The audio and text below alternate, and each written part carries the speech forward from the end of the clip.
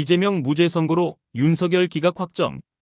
이재명이 선거법 위반과 관련한 2심 재판에서 무죄를 선고받았다. 전국이 엄청난 충격에 휩싸였다. 이러면 윤석열의 탄핵은 기각되는 거 아니냐는 사람들의 공포심이 읽혀진다. 혹자들은 무슨 개소리냐? 라고 묻겠지. 이재명이 2심에서 무죄받은 거랑 윤석열이 탄핵 심판에서 기각받는 게 무슨 상관이냐라고 하겠지. 그 논리를 이제부터 설명을 해볼까 한다. 각하가 유력했던 윤석열 기각으로 복귀한다. 탄핵 심판에서 각하와 기각은 완전히 다른 의미를 지닌다. 대통령 복귀라는 결과는 같지만 각하의 경우에는 불안정한 복귀인데 반의 기각은 안정적인 복귀가 가능하다.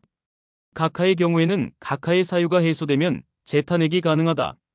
거기에 반해 기각의 경우에는 동일 사안으로는 다시 탄핵을 하는 것 자체가 불가능하다. 헌재 판사들이 전부 꼴통만 있지는 않기에 일부의 판사들은 양심적, 법리적인 관점에서 의거해서 심판을 보려고 했는데 서울고법의 꼴통 판사 새끼들이 삽질을 처하는 바람에 이들 양심 판사들을 진영 논리에 들어가도록 만들어버렸다. 즉 각하를 내서 애초 사건 자체를 국회에 되돌려보내서 자신들의 책임을 면피하고자 했던 판사들이 아예 각하를 시킴으로써 윤석열 대통령에게 사실상 완전한 사명권을 부여를 해버리는 것이다. 이러면 윤통은 남은 임기 동안 재탄핵을 걱정할 필요 없이 안정적으로 남은 임기를 보장받을 수 있게 된다. 서울고법의 판사들이 정치 판결을 하는데 자유보수 쪽 판사들이 양심과 법리에 의한 판결을 해야 할 이유가 있을까? 아닌 거다. 자유보수 쪽 판사들 역시도 똑같이 진영, 이념에 따른 판결을 이제부터 하게 된다는 거다. 즉 사법부 내 진영 대결, 이념 대결이 시작이 되는 거다. 그 여파가 헌재 심판에서도 여실히 나올 것이기에 윤통이 안정적으로 대통령직에 복귀를 할 수 있다는 결론이 도출이 된 것이다.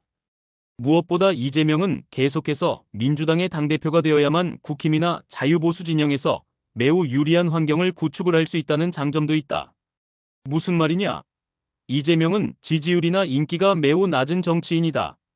이걸 여론조작으로 현재 버텨가고 있는 실정인데 장외 집회에 모이는 인파만 봐도 그의 정치적 위상이 어떤 수준인지 여실히 증명이 된다. 3만 명 이상 모이는 경우가 아예 없다.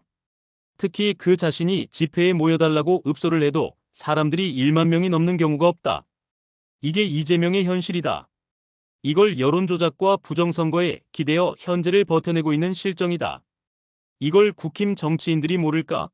당연히 알고 있다. 저 새끼 좆도 없다는 걸 그들이 모를 수가 없다. 그러니 개나 소나 대통령 선거에 나오겠다고 설치는 거다. 이재명을 상대로 하면 부정선거만 때려잡으면 자기들이 무조건 당선된다는 아주 상식적인 시나리오들을 가지고 있을 테니까. 20대 대선에서 이재명이 실제로 받은 득표수는 700만 표가 안 된다. 대통령 후보라는 사람이 700만 표라. 아주 문제가 심각하다는 이야기다. 그래서 여기에 2배의 유령표를 만들어서 무지막지한 부정선거를 자행하여 0.73% 차로 패배당하는 헛짓거리를 했는데 이 현실이 전혀 바뀌지 않았다는 거다.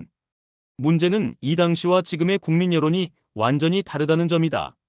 죄다 부정선거를 의심하기 시작했고 목소리를 내기 시작했다.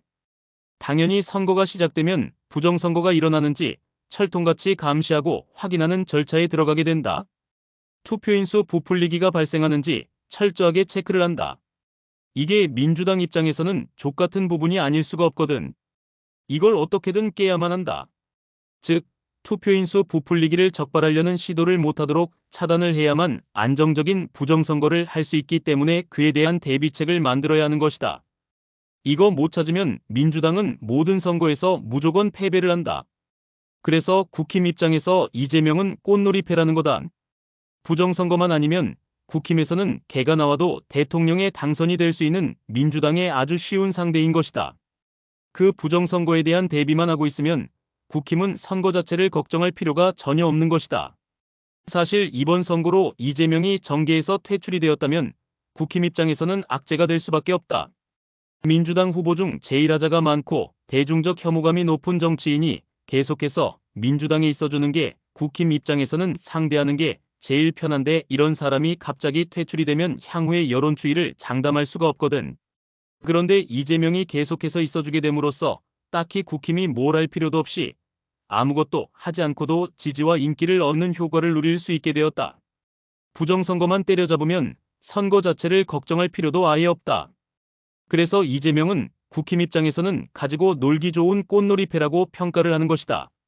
아무튼 서울고법골 통판사들이 역대급 미친 짓을 자행함으로써 윤통이 탄핵 심판에서 기각을 확정을 받게 되었으니 이게 어찌 나쁜 소식이라 하겠는가. 단지 국힘 내 반윤 세력들은 허탈하겠지. 자기들도 이 판결 때문에 헌재의 자유보수 진영 판사들이 뭉치게 될 거라는 걸 분명히 계산을 할 거거든. 그럼 자기들이 생각한 조기 대선도 물 건너갔다는 걸 쉬이 짐작을 할 것이다. 정치는 그래서 재미가 있는 거다. 껄껄껄.